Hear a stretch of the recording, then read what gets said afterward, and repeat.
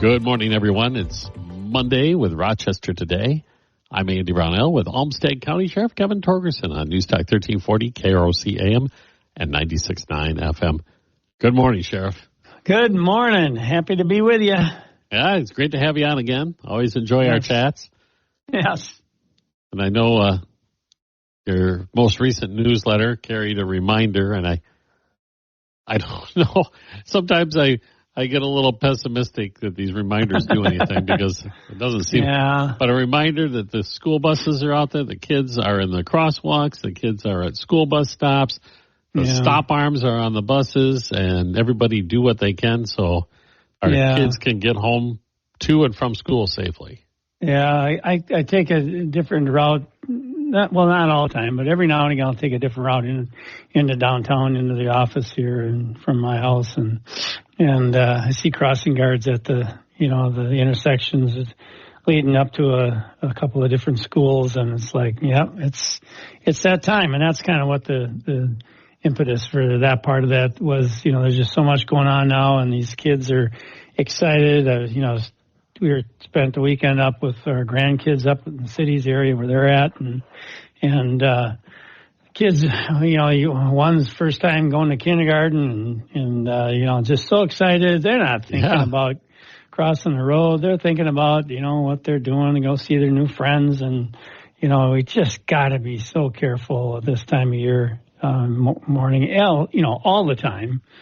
But then, the school buses, and there was always reports, unfortunately, of people blowing right by them, and we've got cameras on a lot of buses now, if not all of them. A lot of school districts have gotten into that through some government grants and stuff, and you just got to be safe around them. And you look at it too, and you think, how could somebody do that? It's a big orange bus, a big yellow bus. How do you miss it? I don't know. Anytime you see them and they're slowed down and they're sitting on the side of the road, you've just got to use great care and make sure you identify that stop arm and, be so very careful. So, and then the other piece too, I think I had in there was, it's almost time for a lot of farm vehicles and tractors and things to be pulling around. So, they're not allowed on the 4-lane highways. That's just not a good place. But all the back roads, the 2-lane roads out in the county and out in the area, you're driving somewhere and looking at the trees and as they change and stuff. And please, again, be very careful. They come out of a field drive when you least expect it. And, you may not be looking at off to the side of the road. Generally, you're going to be looking at the road. Be very careful. We've had... In the region here, we've already had some vehicle versus tractor or farm implement crashes. So, again, it's just to try to put it in the forefront of our minds and be thinking about that stuff this time of year. It's so important. Yeah, and those folks operating the farm machinery don't have the luxury of airbags. No. And the other devices that might protect them, oftentimes they'll be thrown right off whatever machinery they're on. Right. Yeah, and they are. I mean, we did have a pretty nasty crash here a week or so ago north of Iota, and it's just really, really difficult. Generally, I haven't been in a tractor in a long time, but last I remember, they don't have seat belts. So they're in these cabs, or they may have the radio on. They've got this loud vehicle that's making a lot of noise too, and they're maybe pulling something behind that's making noise, and again, you just gotta give them space, give them room, and then we talk about the bicycles too. I mean, you just slide over, slow down, take your time. It's when you really look at it in the grand scheme of things, it's only a few seconds. It's not that long. No, and as opposed to it, I used to do this all the time on traffic stops, especially when I gave a warning. I usually, my policy, personal policy was if I didn't write you a ticket, I was going to give you a piece of my mind, so at least you left with something. And I used to always tell folks, after I'd come up and I'd give them a warning, and I'd, gone through all their information to make sure there weren't any warrants or any other outstanding issues that might, cause further delay. So I'd go back up and I'd just say, let's think about this here. We've been here together for probably 8, 10, 12 minutes.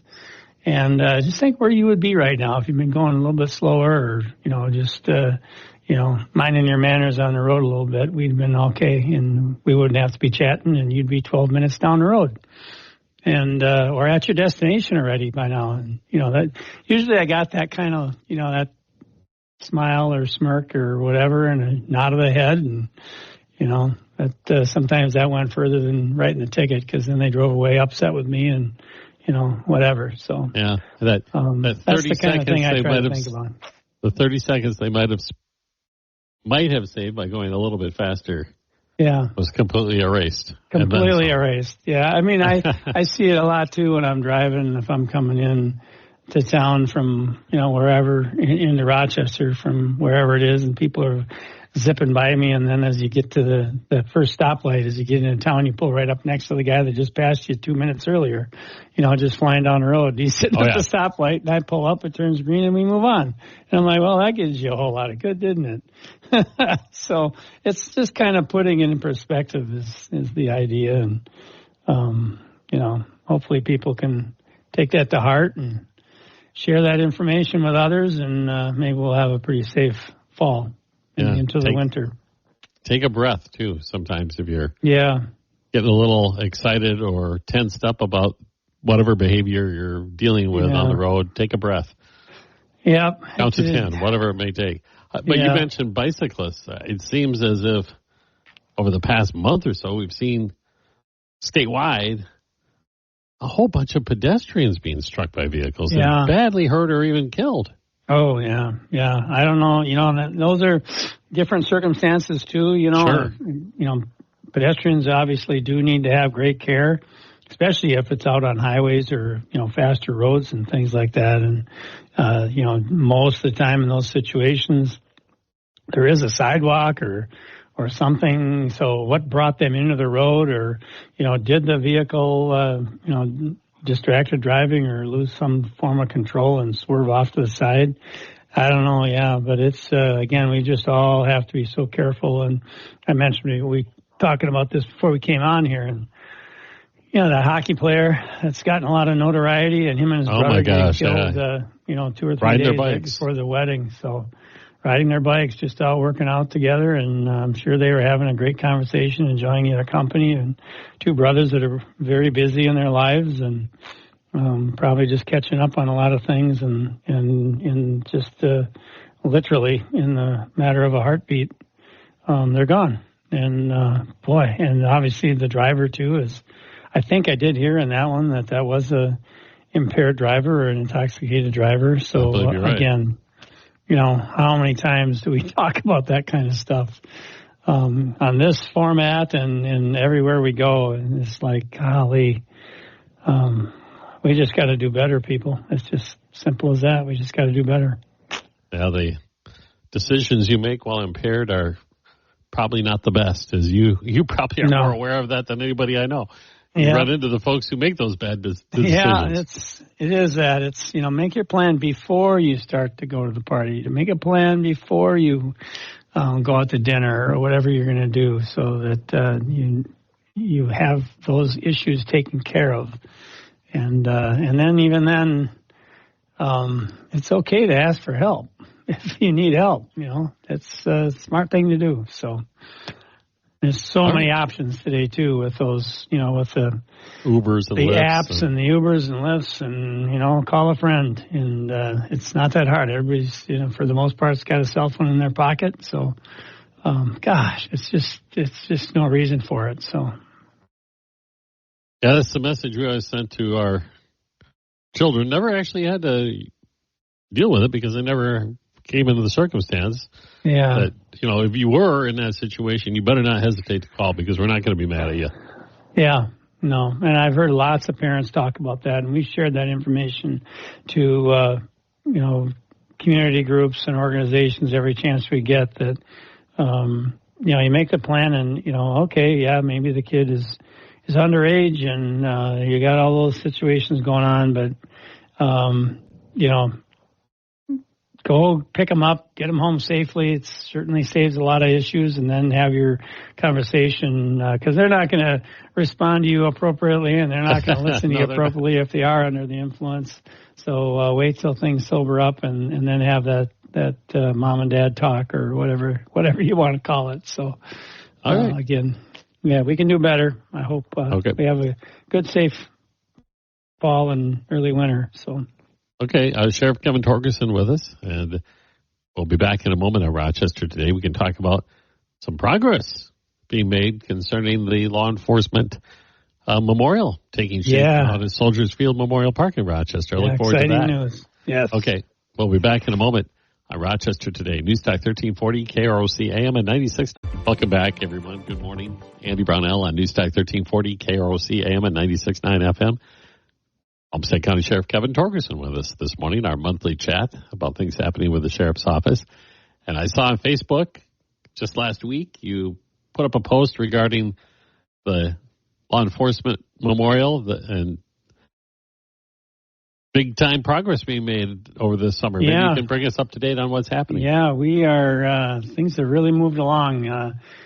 I think it's called Allen Outdoor Services came in this week, and a little bit of last week, and then this week, and put together the pavers around the tower, or what's called the obelisk in the middle of the site, which will carry and display a thin blue line at the top once we have our dedication to that. And so they did those pavers, and the pavers are in the form of the logo.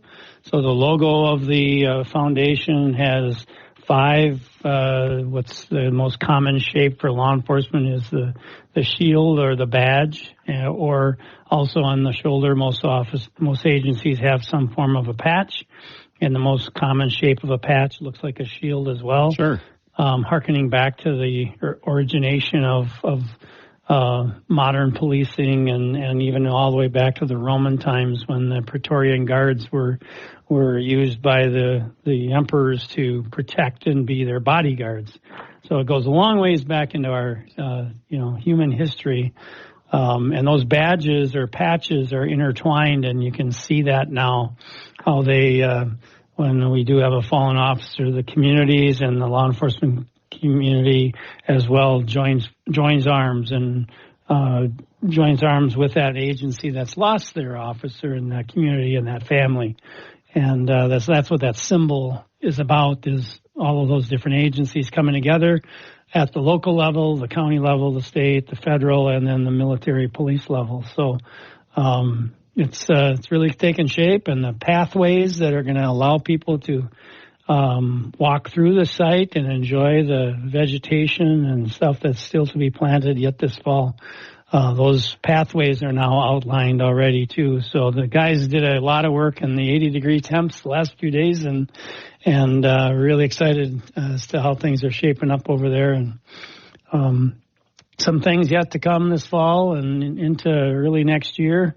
Will be some more etchings and engravings that'll start being put into place with verses and slogans that mean a lot, and kind of memorial type things. And then there'll also be bollards, light bollards. So if you look if you're over at the site, you see the Veterans Memorial. There's small, about 4-foot tall posts that have a light that shines out of them. There'll be lighting also along the pathways so people can visit at night.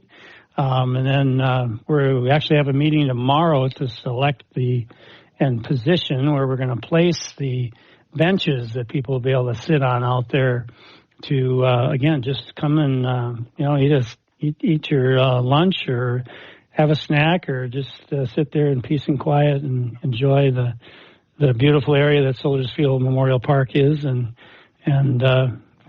It's really taking shape. There's some other larger things we have to do yet. The flagpoles have to be in. They may go in sometime in the next month or so. And then the area outdoor services groups, so landscapers, have scheduled in the middle of October a Saturday they call Service Day, and they will come We pay for the trees and the plants that will be planted, and they will come and put them in. They've selected them all, so it's not me trying to figure out what looks good.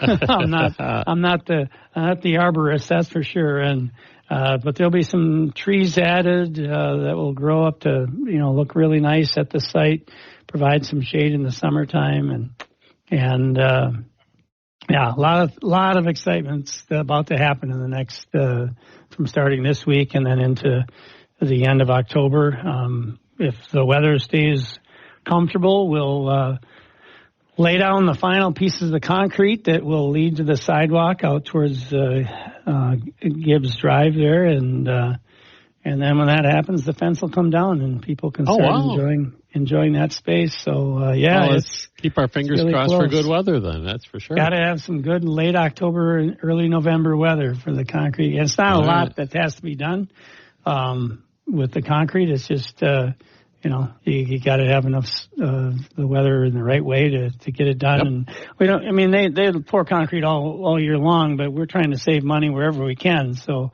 we don't want to have to heat the concrete. If it's super cold, we want to be able to just let it harden as it should, and not have to put a blanket on it overnight or during the day when it's starting to harden. So that's why we're hoping for good weather. While all this actual construction work is happening, you're still raising funds for the memorial, right? Yes, we are. There's the biggest piece of the memorial that still needs to come in that we haven't ordered because we don't have the money for it is what's called a capstone. So it'll go on the top of the wall where the names are, and it'll be about 2 feet high, kind of at an angle. That'll just it'll be set on top of the front wall, and that wall that then the capstone will say Peace Officers Memorial across the top. So as people are walking by, they'll be able to see it from the road or from the sidewalk up above on what it is, and be kind of a little advertising, I guess, in that sense to draw people down in there to take a look at what it's about. So.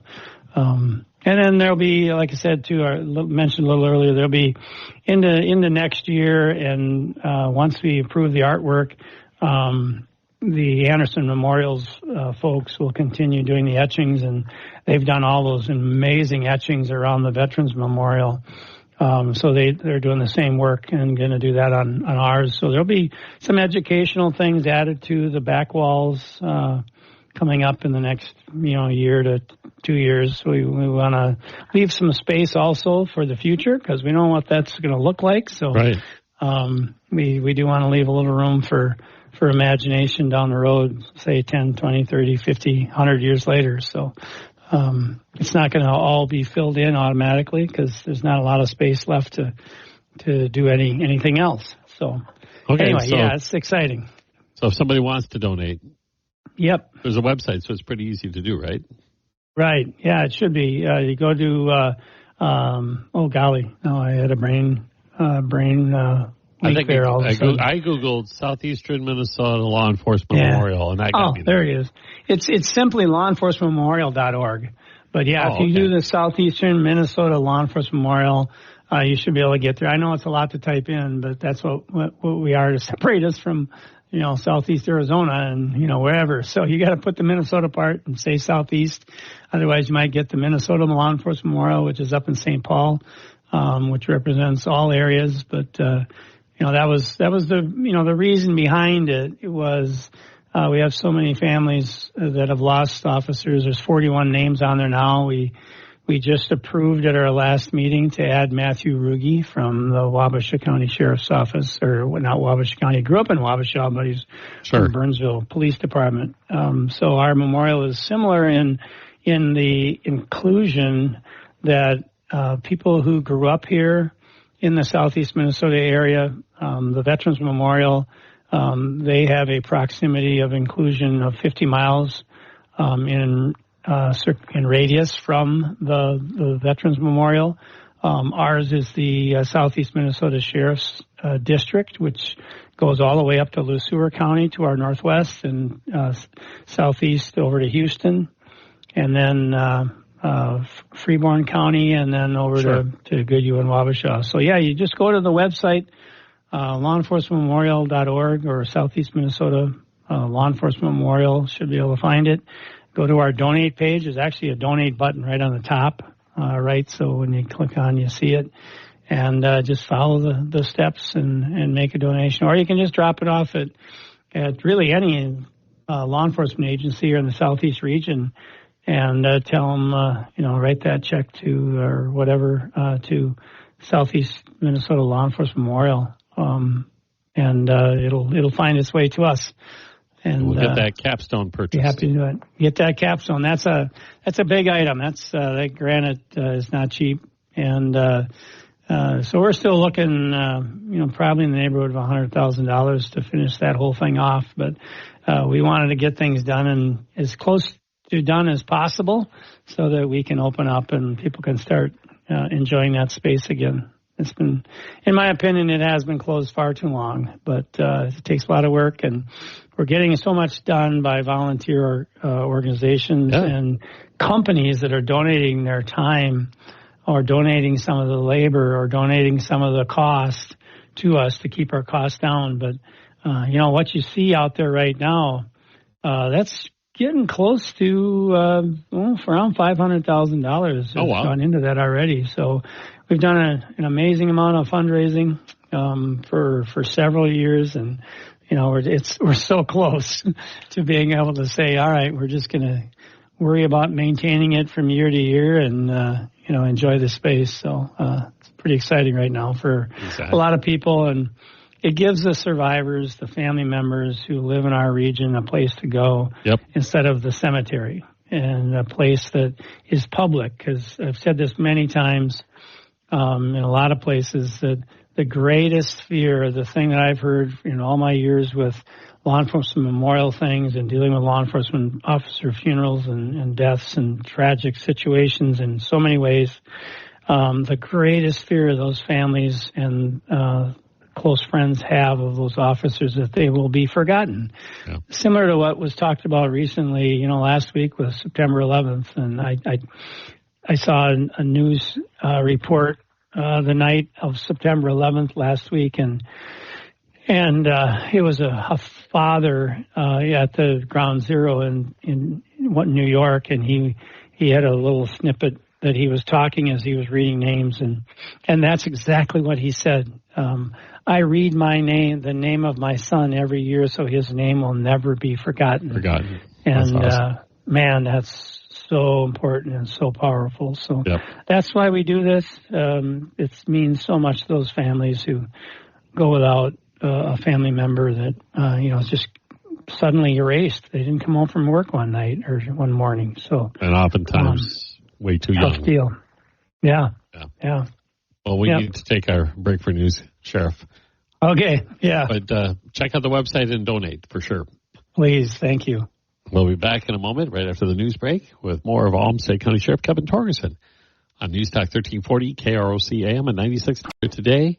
Andy Brownell on News Talk 1340 KROC AM 96.9 FM Monday morning with Olmsted County Sheriff Kevin Torgerson. And once again, perusing your newsletter, monthly newsletter, which I get into my email account every month. I was astounded to see that it's almost been 10 years since Olmsted County's drug court was established. Time flies. And before I get to that, I should mention, where do you find the newsletter? If you don't get it emailed to you, you can go to the county website, Olmsted County Sheriff's Office, and I believe it's on the front page there. I have to go look at it myself because I get it myself. If you click on your name and then Olmsted County News or Sheriff's News. There you News. Go. Yeah, it'll show up. I'm on your website way too often, apparently. Apparently you are. Thank you for doing that, because I don't go there very often. But anyway, you asked, we had a big article in there about drug court. There was a lot of skepticism when this thing was kicking off many years ago. I think it was like 2015 or 16 when it started. There was a lot of conversation before that. Yeah, it started in 2015, but I know leading up to it, 13, 14 into it, before it really welcomed their first clients to the drug court here in Olmsted County. Dodge County had one for a long time and had talked about the successes they've had, and it's going strong here in Olmsted County, and we certainly appreciate the efforts that everybody's doing to put into that, because it's a big challenge. Well, maybe explain how it works. Who can get into it? What happens to them once they're enrolled?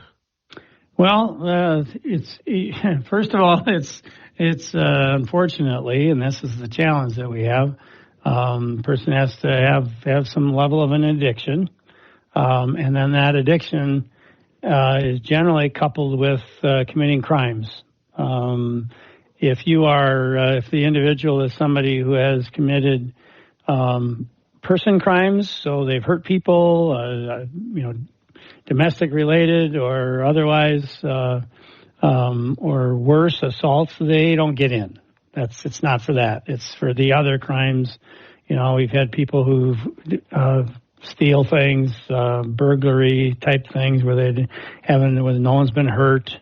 That can be a felony, but there's just a lot of those other crimes that, golly, if we could just get them sober, get them off of their addiction, maybe they won't do that stuff anymore. And that's really the entry path. Okay. Then once they're arrested, they're in court, and then their attorney can work with them and work with the county attorney here in Olmsted County, and then ultimately with the court, and say, hey, we think this person is a good candidate for drug court. And then our county, Olmsted County Community Corrections Team, which is most people might know that as probation, they help administer the process through all of that, because the court will say, hey, Community Corrections, Olmsted County Corrections, you guys, we think this is a good candidate. So then there's some backgrounding things and some stuff that they do, and then that person is admitted, and I think it's Judge Hain and Judge Wallace. Judge Wallace mostly is the one that has been doing it for the longest. She was the one that started it, and then Judge Hain now is also spelling her on occasion to work with the clients. So it's really has its successes, and then there certainly is some failures. But it's basically kind of taking the hand of that person. They have to remain sober. They have to give random urine samples constantly, multiple times a week. And that's administered through our detention center and our work release facility. That's where we are mostly involved in this, is doing those drug tests. And then that information is reported right straight back to the judge. And they meet with the individuals on a very regular basis. I think initially it was weekly, and now they're doing it a little bit differently as they go through the process. And of course, the probation agents are right in the middle of that too, and following those people and giving them tasks. They need to work on getting jobs or getting into school. There's just a whole host of things that they have to do to continue the process, and it's a multi-phased process. So they get more tasks as they go forward, and I guess graduate, you could say, and ultimately they do. They graduate from drug court, and then they move on. During the process, is it really strict? I mean, is it, if they mess up, they're out, and then they go back to the normal criminal justice system path? It's not a one-time and you're out type thing, okay, as I understand it. I know there's, they talk about the recidivism and so on, and people, using and failing in their use that way. But no, they don't, it's not a one strike and you're out. It depends on if somebody really did something stupid and then committed some other, difficult crimes. That could be a one-timer and you're out kind of deal. But for the most part, if it is a use thing, I don't believe they're, kicking them out in that first time. It's okay, we're going to take a few steps backwards, because the whole idea is, they're getting them into treatment. They've got to be attending treatment, whatever treatment that is. Sometimes it is they'll send them away for a little while, I believe. And other times it might be they just have to continue some level of outpatient treatment, as they call it, and they've got to be working on their addiction. Is the first thing. They got to clean themselves up and get ready to do that stuff. And they work on a lot of different things. On the back page of the newsletter, it shows the bunch of pie charts that show how a survey that they do with not the detainees, but the drug court participants, and talks about a 57% success rate with the program. So there's failures. It's 43% the other way if you want to look at the glass half full kind of mentality. But and those folks, they end up going back into what I would consider the regular process of being convicted and receiving a sentence. And they go right there, and they don't get another chance. And I think there have been some people who have failed and had to do some time, and then unfortunately still having their addiction and come back around again. And so then there's a pretty serious debate with the judge and the attorneys on whether someone should get a second shot at it. So I know there's been a few of those. And then there's been a few who have, failed in a big time way, and, then they don't get a second chance. So, the things that are successful is, number one, getting them off the addiction. That's first and foremost. Working on employment and education, getting their driver's license back. I mean, seems like a simple task, but for some of these folks, it's not. Paying child support. So now you're thinking about how drug court might help a family where someone gets is really in arrears in child support, and helping out get those bills paid off, because now they've got some regular employment and they can do some other things. And then there's some other financial assistance where they maybe have been receiving financial assistance and now they don't because they've got a stabilized life. So for the rest of us, that's tax money. That's what I was going to ask you about. This intensive program must have some measurable societal benefits. Yeah, and that's what the pie charts kind of depict on the backside of were they working in school before the program, and some or working or in school, and some say yes, and then afterwards it's almost completely reversed. I think that's the most significant one there is if you're looking at that, the top part of the pie chart is what they were doing before, and then on their exit from drug court once they've graduated, it's a complete opposite. 27% were in school beforehand, and afterwards, or had a job, and afterwards it's 75%. So almost a complete reversal. And then driver's licenses, they go from 19% having a driver's license before the program started, and then on their exit there's 52%. So, more than doubled to actually have a valid driver's license, which can jam people up. They get a traffic stop. It could be something simple. And, they've got a canceled driver's license, or it's revoked or suspended. And, it just sends them into this spin cycle of they got more fines to pay and they still don't have a license. And it just, I like hearing it described as that kind of, washer type thing with the spin cycle. They just can't get out of it. And that's what drug court and a lot of different programs with addiction and treatment is all about, is to, you can't just deal with the addiction. That's great, but there's so many other factors that have to play with it too that keeps these people in addiction in many cases. So it's a difficult thing. I bet it's a heartening thing though for the success as you have. You mentioned that more than 50% have graduated. Yeah, and for somebody in your position or in law enforcement who had been probably having regular run-ins with this individual because of their addiction, and to see them actually working someplace and moving forward, I mean, that's got to be a good feeling. Well, you almost don't even recognize them. They'll come up to you and say, "Hey, Torgerson, how you doing?" And I'm like, I have no clue who you are. And then they'll tell me, And I'm like, you look completely different. It really is a life-changing event to get someone off of an addiction that, and so many of them, and I get this from treatment folks and others, the addictions are not always by choice. So many people want to just assume that they do it because they like getting high. Well, yeah, they do to some degree once they're addicted because they feel better that way in their normal mind and their normal physiology. That's how that works. But especially these opioids, because it actually is a physical addiction. Oh, it is, and that feeling they have is so good to them.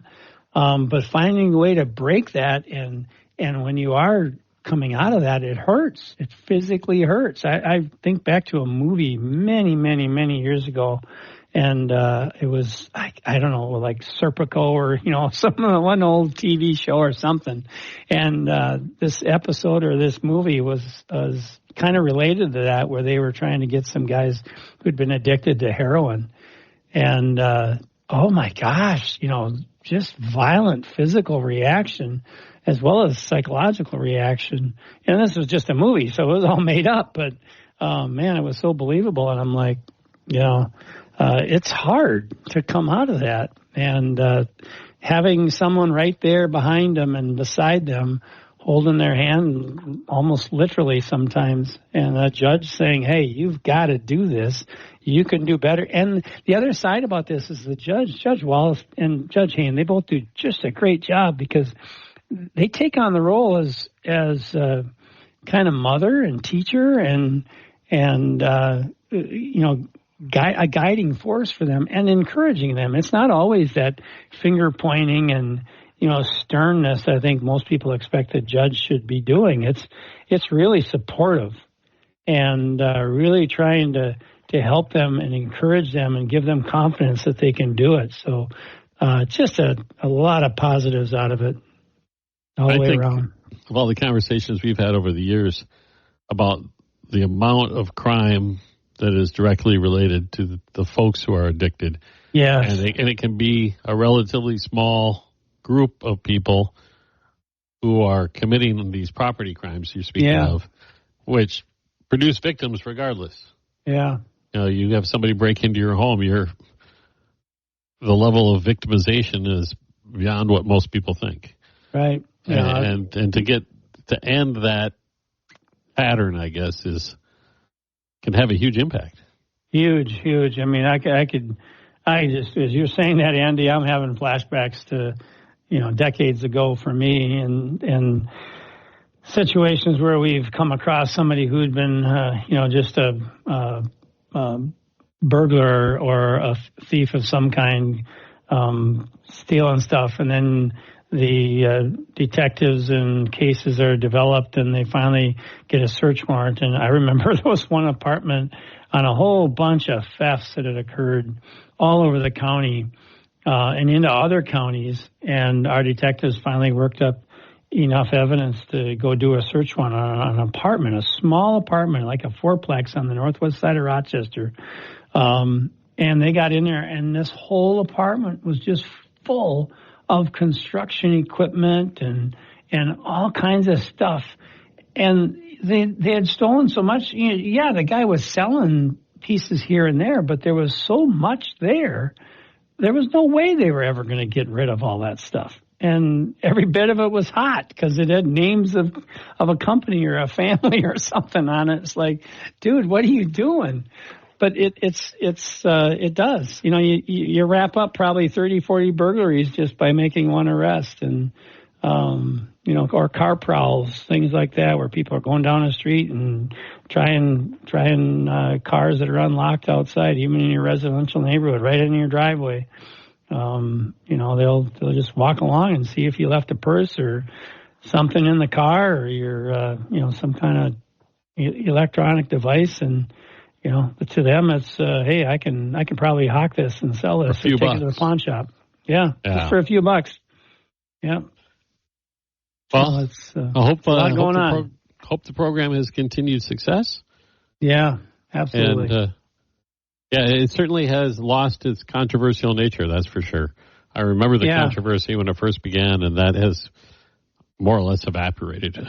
Yeah, well, we in law enforcement were probably the biggest antagonists of it initially, because we're like, you're going to take this guy who we've been dealing with since they were 14, and now they're, 36, and we've been chasing around forever and ever, and you're going to fix them through this? Are you serious? And, it's been successful. And granted, again, I'm not saying it's 57% has been successful. There's definitely been some failures, but I got to tell you, there's some folks walking around out there right now that have made it through the program and are doing fantastically, and fixing all those challenges from their own education and employment to child support and saving money because their families aren't getting financial assistance anymore.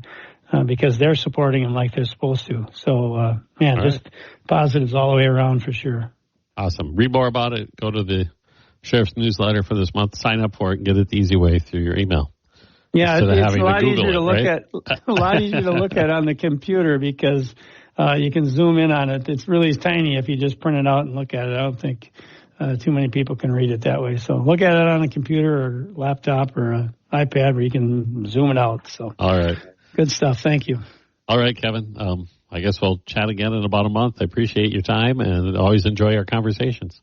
Yeah, sounds good. Thanks, Andy, and be safe. Take care. All right. Olmsted County Sheriff Kevin Torgerson on Rochester Today. It's News Talk 1340, KROC AM and 96.